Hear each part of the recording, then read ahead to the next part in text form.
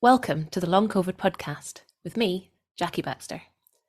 I am really excited to bring you today's episode. Please do check out the links in the show notes where you can find the podcast website, social media and support group, as well as a link to buy me a coffee if you are able. You should not rely on any medical information contained in this podcast and related materials in making medical, health-related or other decisions. Please do consult a doctor or other health professional.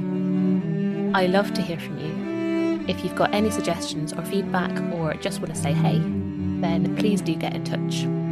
I really hope you enjoy this episode, so here we go.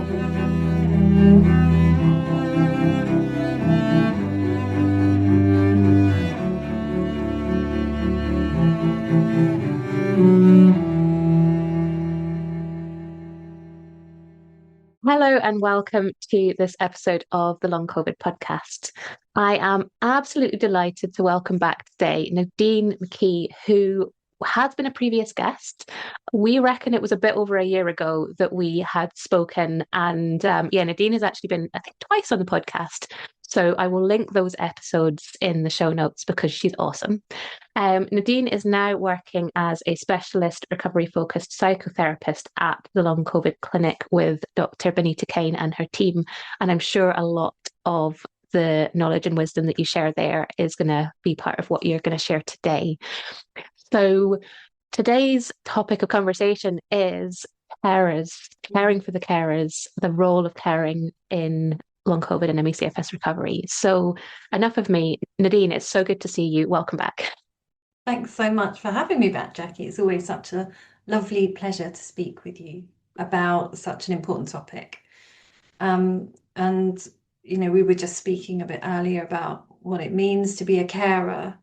And I think one of the things that's really important with caring for long COVID is that we need to take into account that the experience of the carer often in some ways mimics the experience of the person with long COVID, because the caring side of things is often also invisible, and we've got this condition that is largely invisible also.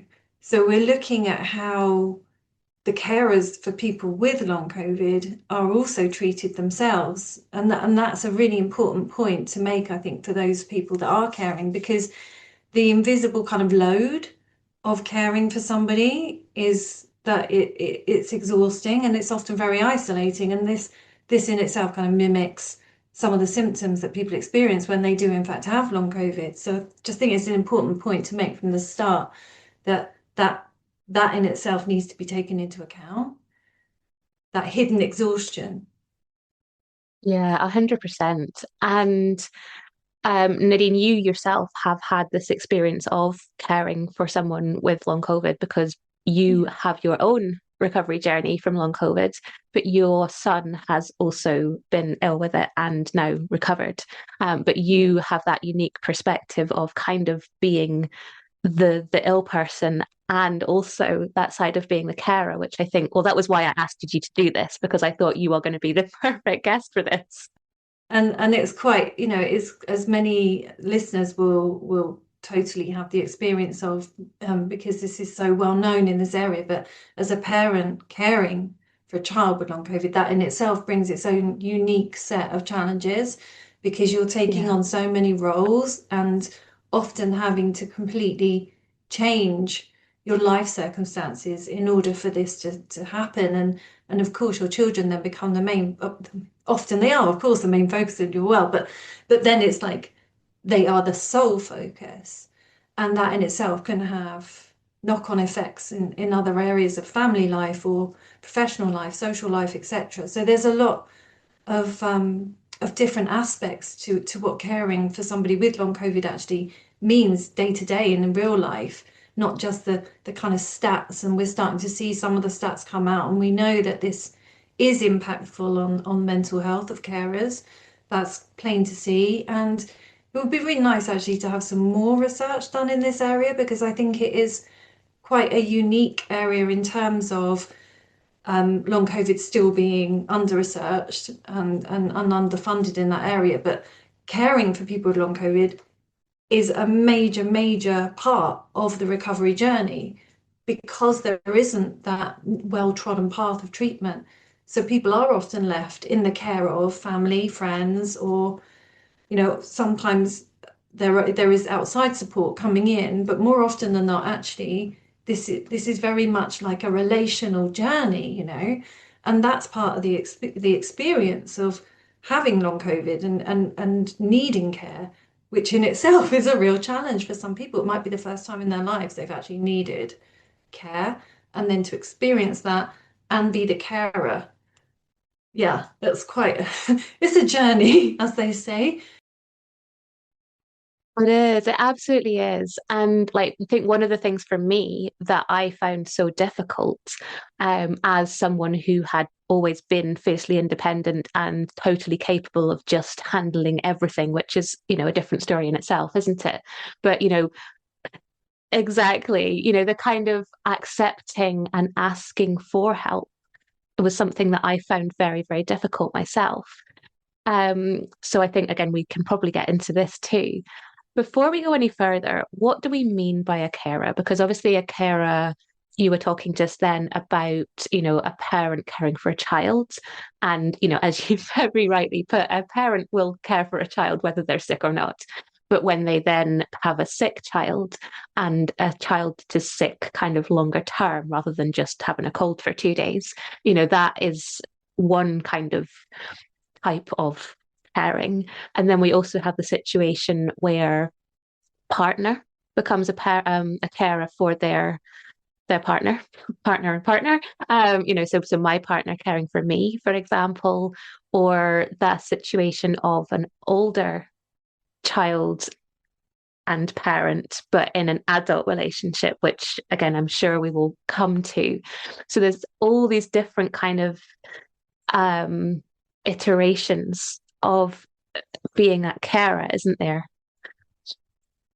I think you've hit upon something. I know we kind of joked and said, oh, I joked anyway, and said, oh, that'll be another podcast. But there is something about the loss of Mm, independence that then creates the need for care. And that's not easy. And of course, with children, younger children, that's already there in terms of, we don't expect children to be able to look after themselves. Of course not. They are vulnerable and they are by and large should be ideally, looked after by the parents, not the other way around. However, then when we get into like the adult children of parents who maybe through the circumstances that they experience because of long COVID, loss of professional identities, loss of career, loss of homes, even loss of relationships, they often find themselves back and the need for care. Let's add that in. That's where I was going with this. The limitations on what was once probably a very independent life then require support and care, and that's not easy. So it's not easy for the person experiencing long COVID. Of course, they're the ones going through the many symptoms, etc. But it's also then it opens up a whole world of new, what does it mean to be the carer of your child who has left home perhaps many years before and then suddenly is back at home with their parents. So there is a lot to it, but I mean, by and large, a carer is pretty much like the kind of not that it's not a dictionary definition, but they are the scaffolding. They are the foundation of of help and assistance and support, whether that is practical, which it often is with long COVID, emotional, again. Find me a carer who's not emotionally supporting or trying to emotionally support the person that's ill, and often that advocacy as well, that kind of conduit between the patient and the healthcare teams, or just, trying to find out information. So they become the researcher often as well. And they're trying to navigate, PIP, services, benefits, other professionals, where to go to try and find additional support. So you've got this role that is in itself almost a full-time job. And that in itself is a huge task to take on. And of course, at the heart of it is the desire, or perhaps for some, not so much desire, but the need for support, which is not easy to give necessarily or to receive. depending on people's circumstances. But this is often stuff that I come across when I'm working with people, is how easy is it to receive support? How easy is it to ask for support? How easy is it to give support? And how easy is it for you to support yourself in that role as carer? Because that's often the last thing on any carer's mind is their need for support as well. Yeah. And that's why we thought this would be so important to talk about today, because, the role of a Yeah, carer, you've just outlined a handful of things, and I'm thinking, oh, like that's a lot for yeah. anyone. And, bearing in mind that this person who's taken on this caring role, they're probably doing it because they love you, but they didn't ask for it, they didn't expect it, and they're probably also trying to hold down a full-time job underneath that in order to financially hold on to support. So it's a very, very challenging role. Um, what where does the role of carer end? And where I'm going with this is, I'll give you an example of my partner, for example, who, he Mm, was wonderful. He was really great, and he provided me a lot of support, even though I didn't want it a lot of the time. I was definitely not an easy person to support. Um, but there came the point where he was trying to fix me by, he was trying to tell me what to do. And I mm, imagine that everyone's relationship with their carer and, who they are and their circumstances, this is probably going to vary. But where we tended to clash was when he thought he knew what I should be doing. And he would tell me, go and do this, or just do a breathing exercise, just do this, just do that. And that didn't go down well. That created more tension between us. I would then become more activated, fly off the handle more, make the situation worse. And I probably wasn't very kind to him in those situations either, because, I felt like he was interfering. So those kind of boundaries of where does the carer's sort of role end, and where do they need to say, actually, this is not my role here. My role is a carer's support. This is where you need to mm. be working with somebody else, or you need to be asking someone else that question, that sort of thing. We'll be right back. I'm interrupting myself for a second to tell you about long COVID breathing.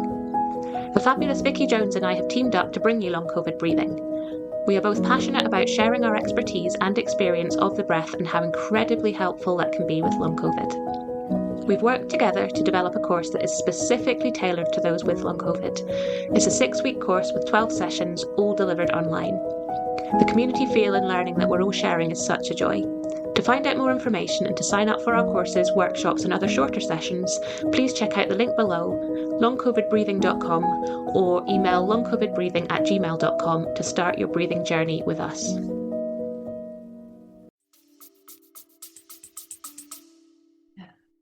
Yeah, totally. This is a really difficult area, and it's so subtle and nuanced, Mm, and obviously it kind of glides into relationship dynamics and maybe what's, how we feel about receiving support, as I was saying earlier. But I think generally speaking, it's you've hit upon something really important. A carer cannot be mhm. everything. Like no one person can be everything to another person. So in that regard, when we hit upon things like telling people what they should be doing or thinking we know of another's experience, this becomes really tricky, especially when you might be the parent and you might have your own thoughts around long COVID even and what it means. And let's face it, it's not easy when we have long COVID to feel like we're being understood or believed in our experience, because by and large, we look okay. And then for the first time, say like an adult parent of a child coming back to the home, the family home, needing care, they might see for the first time actually, oh, okay, they were, this really is a thing and it does require care. But that in itself might be a real process to get through. And it might just be, oh, you need to just do this, or you need to just do that, etc., etc. And we've all heard these things, time and time again. All these well-trodden paths of needing a nap, or just getting out in the fresh air more, and just do some yoga, and all these things that Or just be people more positive. say. Be more positive. Yeah, yeah, exactly. Just positive to think your way out of this. And of course, the intention usually behind these well-trodden paths of cliched phrases is one of care, but it's not well received when you've been experiencing long COVID, because we know if that worked, we would have done it straight away, of course. Because most people have tried many, many things before they get to the point where they actually require a lot, maybe constant care.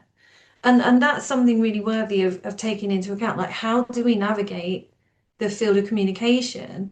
Because really what we're looking for with care, somebody to care for us, is somebody to understand our experience, and not necessarily to step in and say, this is what you should be doing. Of course, what I'm not touching upon, probably because it doesn't come into my realms of like what I do, is like the medication side of things, where of course that can be useful, because the practicalities of long COVID can be that we need reminders of medication, or etc. But I think it's it's when we step into thinking we know better than the person themselves, that it becomes a little bit tricky. And that's where I think the role of carer needs to kind of be reassessed, should we say. And at that point, as you say, and I work with people that are caring for people with long COVID. It's not just people with long COVID that this affects. It really does have that ripple effect. And even carers of people with long COVID will no doubt inevitably end up feeling fatigued in some way, and exhausted, and with some of the kind of symptomology that we also associate with long COVID, because of the rigors of what they're going through themselves. So I think, yeah, it kind of stops at that place, in my opinion. Now, other people might beg to differ, and there are lots of different roles that carers take with people. But I think one of the things that makes caring for someone with long COVID quite complex is that it is a fluctuating illness. It is unpredictable. It's not just about physical tiredness. And so a carer can often live in a state of kind of anticipation of crashes or symptom flares. And in that regard, they become quite hypervigilant. And they may then step into that role of, don't do that because of X.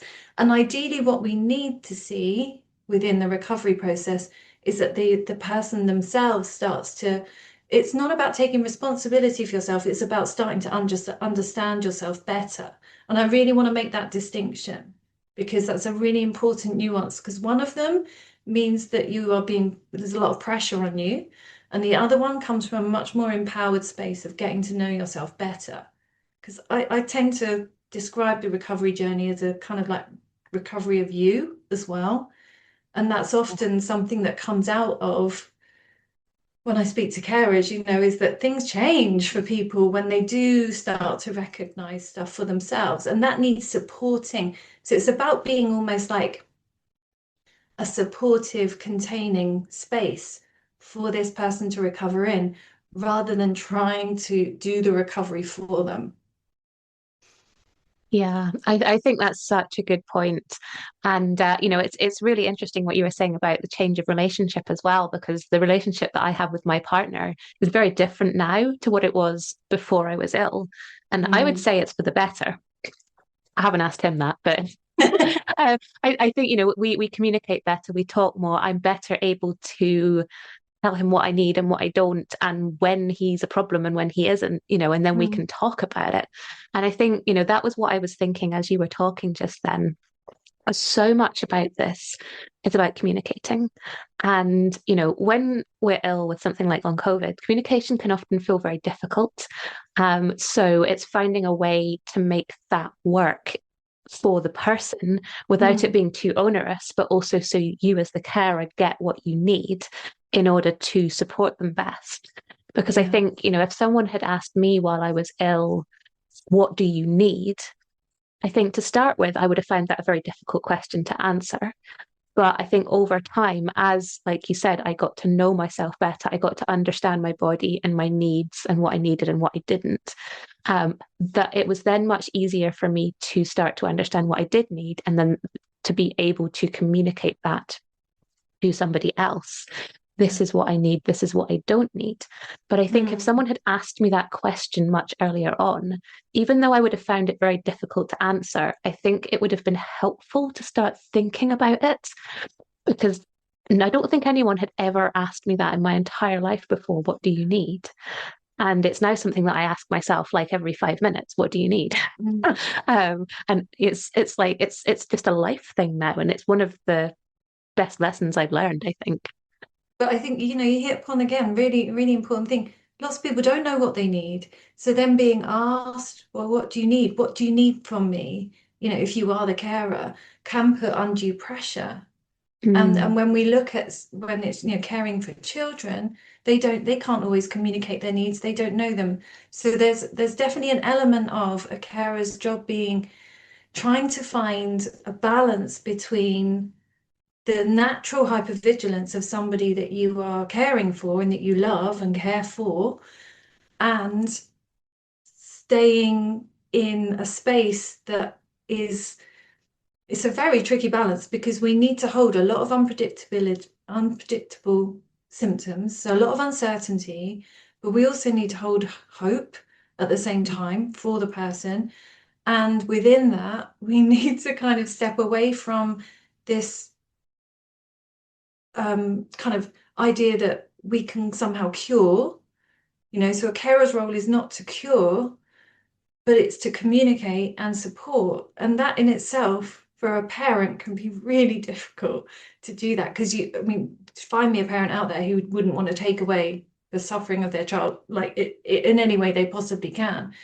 And so that in itself takes its toll on caring for a child or a young person or, even your adult child, because that kind of parental role kicks in and you just want to make it better. So you can end up stepping into I know what you need territory. And that's a difficult one.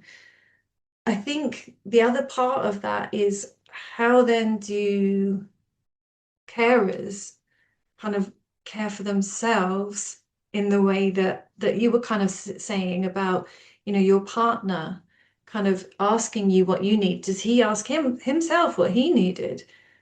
Maybe he does now, I don't know, but that's often not a place that a carer steps into. They are so focused on looking after and supporting the person that they're caring for, that they don't ask themselves what they need. And then we get into this kind of understanding of how that impacts the recovery of the person with long COVID too. Because what we end up with often is two completely, fatigued, depleted people, both trying their best to kind of fit the roles of, well, I am trying to get better, I'm trying to make you better, and how that then molds together. And it can end up with a lot of, sorry to say the words, but nervous system dysregulation, which is actually the yeah. opposite, really, of what we're looking for in recovery situations. We're looking for as much regulation as is possible within the constraints, obviously, of this condition, and with also in the constraints of what might be a quite challenging, shall we say, like relationship dynamic as well. So there's an awful lot for carers to take into consideration. But I really want to come back to why the carer's nervous system matters, if I may. Mm, And I don't know if you've got anything to say about this, Jackie. Maybe your yeah. partner might not like it. I don't know.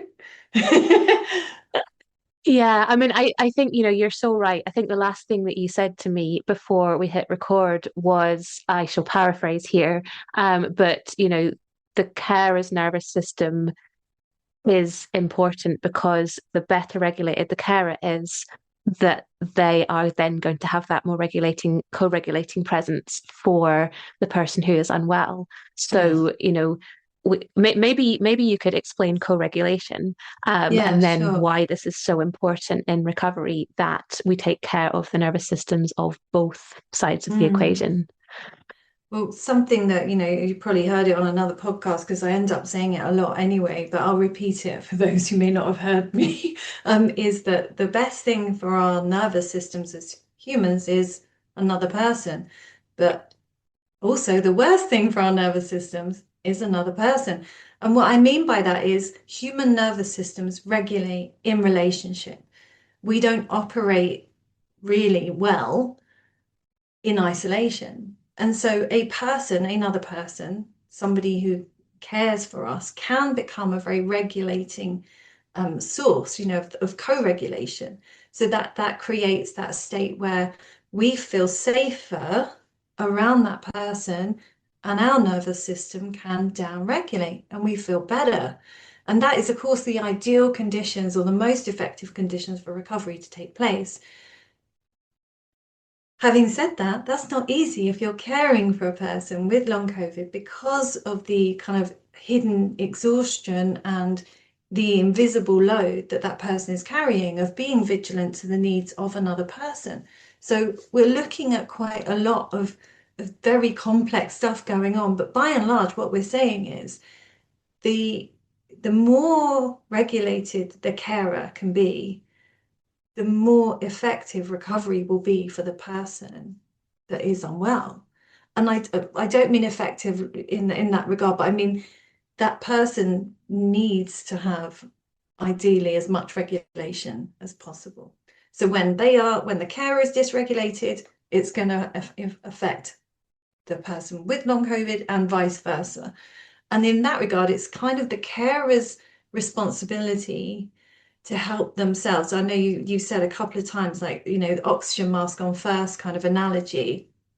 But what we're really saying is a calm presence can really reduce the threat signals that impact and dysregulate a person living with a long-term chronic health condition.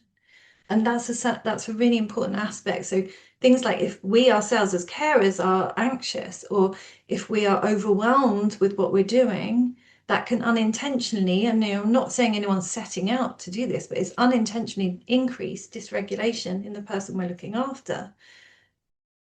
The other aspect of this is what I want to say. Remember, no one's perfect, okay? No one needs to try and be perfect either. No one is calm all the time. And let's face it, living in and around long COVID is a challenge because it is often dismissed. We are often advocating for children, adult children, people we love. We are often that person that has to kind of stand up for them in situations where they can't do that for themselves. So it does require an awful lot. But what that therefore means is we ourselves as carers, or the carers of people with long COVID, need to take time to recover from the work, the load of caring. And that can be a very tricky one because it might be that there isn't that space available for that. But this is where that analogy, oxygen mask on first, it is about recognizing the need to slow down. And that's why I end up obviously working with a lot of carers, because they themselves may find that they are not aware of their own needs. And so we begin this journey of exploring that and recognizing what the body is signaling and when that signal occurs and what triggers that, and all these different kind of fun things that go on within recovery focused therapy. But what that means for someone as a carer is that they can offer safety to themselves and therefore safety in the nervous system sense to the person they're caring for. That is co-regulation happening, and that's a really important aspect to recovery. We'll be right back. Hey there, I'm just jumping in for a second to see if you're enjoying this episode. If you're finding it useful, maybe you would consider sharing it somewhere, a friend, a group, or even on your Twitter feed. If everyone was able to share just once, we'd be able to get this information out to even more people who really, really need it. So please consider sharing somewhere if you possibly can. I hope you enjoy the episode, and thank you so much.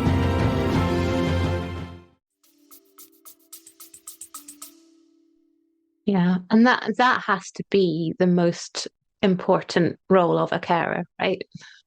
It does need to be, yeah, because well, ideally we need to support carers, and this is a whole other story, right? Where is the support for the carers? But we need to support carers so that they have opportunities, time, space, and support themselves to regulate themselves, because that is part of the treatment. And that is why, within the work that I do often end up working with carers, because that aspect to it, especially when it's parents of children, that's a very important part of the story, because children are absorbing everything that's going on around them. And this is not to put additional pressure on parents, by the way, because they really don't need any additional, but it's just to emphasize that the focus must at some point be on their own recovery in order to assist the recovery of their child. Yeah, absolutely. So, what can carers do to safeguard their own energy, their own nervous systems, to therefore be able to be as regulated as they can, to then be as supportive as they can for whoever it is that they're caring for? I really recommend getting support for themselves. Having that might come in the form of a friend, right? An external friend that they can go and have a cup of coffee with, offload, that they can have the emotions that they're feeling that maybe they can't necessarily show during the time that they're caring for a person. And there will be lots, and they are all valid. Anger, frustration at having to be in this role of it changing their lives. All of this stuff is completely valid, and there needs to be space for that. If we don't give ourselves space to feel those things, by and large, those things will start to emerge somewhere. And often it's either at ourselves or at others that we maybe don't ideally want to be doing that to. But it's stuff like looking out for that increase in emotional load, that kind of understanding, which is often the case when we're with the long COVID recovery. We start to see that the things that we may not have necessarily thought about that might require recovery from, such as social interaction, yeah. Many people before long COVID and experiencing long COVID had no idea how much that took out of our systems. That requires immense amounts of energy, which we need to prepare for and recover from. That's exactly the same with a carer. The caring load itself requires recovery from it. So it's about creating some space where you can have that space just for you to refocus on yourself rather than the obvious focus of a carer, which is on the person who's ill. So I think that is one thing. There are obviously going to be lots of, practices, etc. And some of those can be really, really helpful. And I'm not denying, being able to get in touch with your body via the breath. Right? And this because your breathing workshops and courses, that's an important part of accessing our nervous system. But it's also really important to say that just because you have a long list of things that you need to do that's apparently good for your nervous system isn't really going to be helpful. Okay, so it's like being really choosy about what feels comfortable and what works for you, not putting undue pressure on yourself with this huge list of, oh, I must meditate for, I must be mindful in this moment and do this, and I've got to go and cold plunge and I've got to do this. I'm not saying don't do those things. I'm just saying don't give yourself an additional burden of a to-do list of self-care activities if you're already burdened. Burden's a bad word for this, sorry, because so many people feel like they're a burden on someone. But I mean, like, don't do it if you're already challenged, okay? And find me a carer that is not challenged in that way. There's limited time. So it's about finding something that works, that can be done for you in maybe a short period of time. It's about taking like those micro breaks just to reset. Yeah.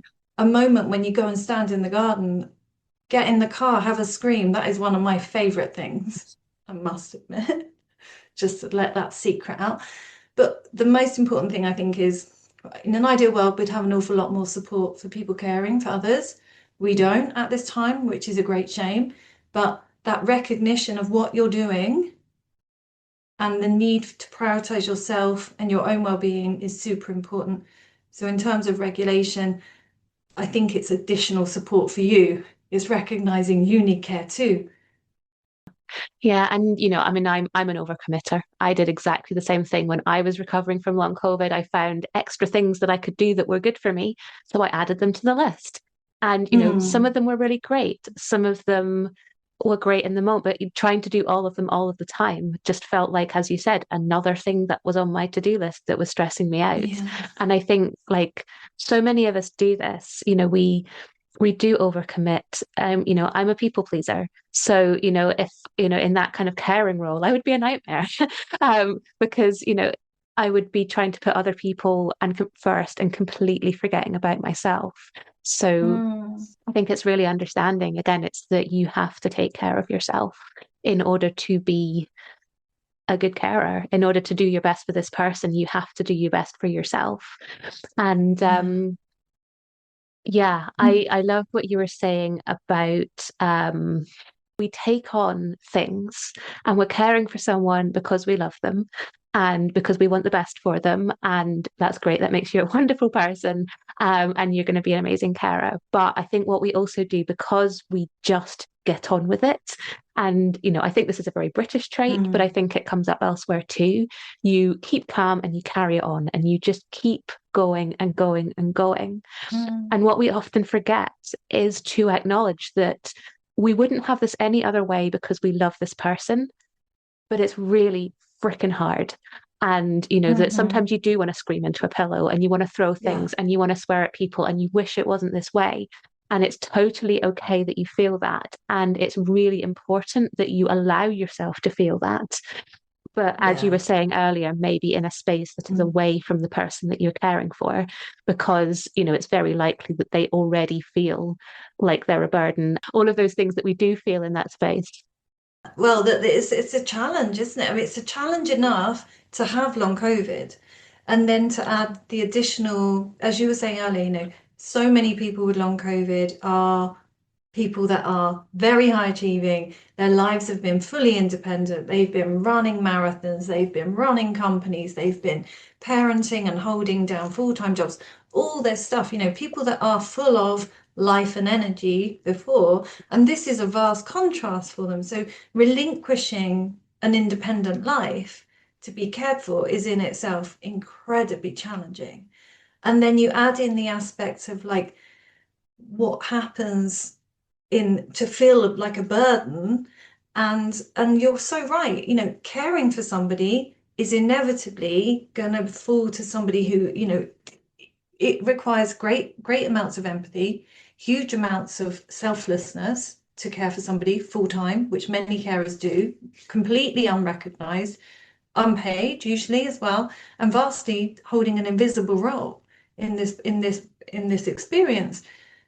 That is inevitably and justifiably and completely understandably going to elicit some emotional responses. How could it not? And they are all valid. And this is where having space for that is so super important, because giving yourself permission to feel exhausted, frightened, frustrated, resentful, angry, to think I've got needs too, where's my space for this? This is all stuff that's very important. To rest without guilt, I mean, wow, that's a whole podcast in itself, right? Let's not go there just yet, but to think, yes, I need practical support as well. To share the care is a really important aspect too, where you can, sharing is caring, as they say, but this is really important for carers, and so that they themselves have space for their own. And it might be therapy, but it doesn't have to be. It might just be a very trusted friend. It might be somebody in their lives that they can go to and just let things out, that they might be holding in, because that in itself is another tool for regulation. That is how we regulate. That nervous system support is part of it is allowing ourselves to feel what we're feeling and not try and suppress it and hold it in because we fear the feelings. I hope that's kind of come across in terms of why carers need care just as Yeah. much as the people they're caring for, and why also that is such an important, I would say, essential part of recovery. You know, if you're caring for somebody who's recovering, you need to care for yourself too. It's a very important part of their treatment and their recovery. Yeah. Yeah, because you hear about carer burnout, and you can, when you've literally just written the book on it, you've just Yeah. described exactly why this happens and why Mm, it is so important that that person in the caring role is able to take care of themselves and also yeah. probably allow other people to take care of them too, coming back to that how difficult it is to ask for help thing, that the Yeah. carer knows when to outsource, when to say, do you know what, it's worth Yeah. actually getting someone in who might be able to clean my house. Yeah. Or just ask for help of some, yeah, exactly. Yeah, asking a friend or another family member and just saying, this is what I need, can you please help me? And I think it's important to, going back to almost the first thing I think I said, which is this is largely invisible, right? Care is largely Yeah. invisible. Carers are largely invisible. Long COVID, the experience of it is largely invisible. And that also is reflective of what carers can experience, which is the kind of invisible weight of vicarious trauma, from looking after somebody who's going through something that they themselves are experiencing. There's so many different kind of traumas within the long COVID experience, being dismissed, being left, etc., feeling Yeah. isolated, alone with something that is uncertain and unpredictable. All these things over long periods of time can create that vicarious trauma response, which isn't always recognizable immediately unless you know what you're looking for. And this is why it's so important that carers have their own recovery, as something that they're looking after as well, and that Yeah. is equally important as the caring that they're doing. Yeah, absolutely. So I think we all need to just really celebrate those people you know, who are helping, people who are experiencing things like long COVID, ME/CFS. It is such a difficult thing to go through. And I think we often get so stuck in that experience. I didn't really understand the role my partner and what he had gone through until I had recovered. And I was able to look back on it and go, yeah, that wasn't nothing for him. It wasn't the same experience, Yeah. but he also had a lot of life changes during that time that he went through in order to support me. And I didn't really thank him at the time. And I do Mm. try to remember to do that now. So I think, the role that those carers are playing is absolutely huge and absolutely should be celebrated. Yeah, absolutely. It's a key part of recovery, and they are so unrecognized for what they do. And that goes for the everybody kind of working in and amongst, to be honest, because it does take a village or a community or whatever you want to see. This does require care and support, and that can't just be one person in isolation, because as we know, nervous systems heal in relation. Totally. So I think just very quickly, finally, we've talked a lot about the role of the carer and what the role of a carer isn't, and what, the importance of caring for that carer and a little bit about how they can do that. And I'm not asking this because I want to put more pressure on the people who are ill, because they have enough pressure on themselves as it is. But what could someone with long COVID, with ME/CFS, do to make things easier for their carer? And I'm thinking this is maybe more along the lines of communication rather than like not asking for the help that they need. Is there really little easy things that people can do to help their carers out? It's a really good question. And I'm struggling with it a little bit just because I think the experience of having long COVID itself is such a challenge that it's Mm, often not easy to recognize what other people might need.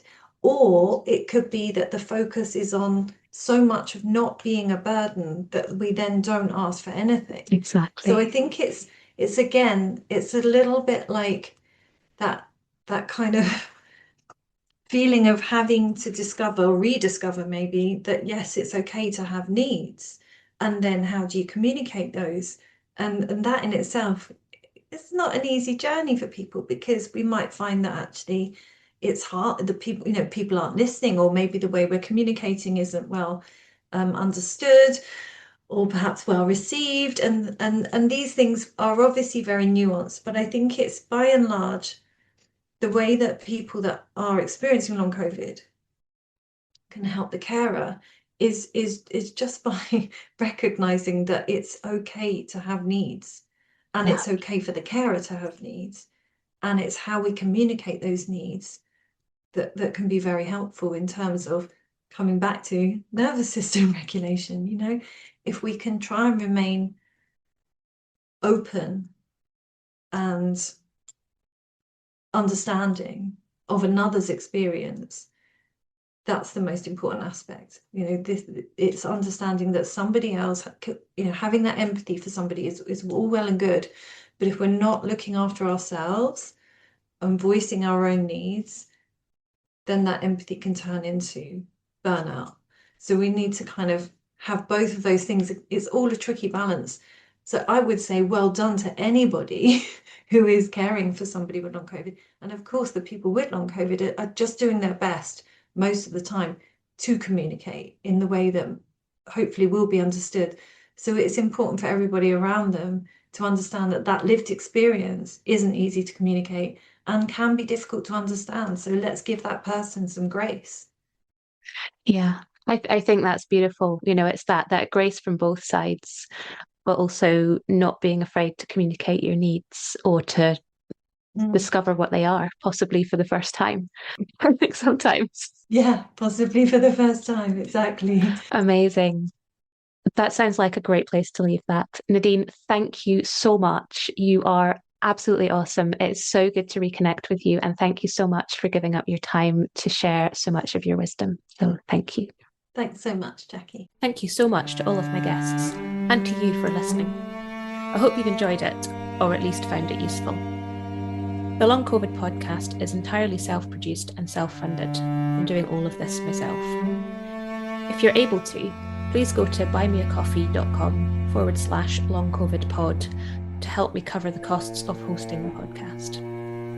Please look out for the next episode of the Long COVID podcast. It's available on all the usual podcast hosting things. And do get in touch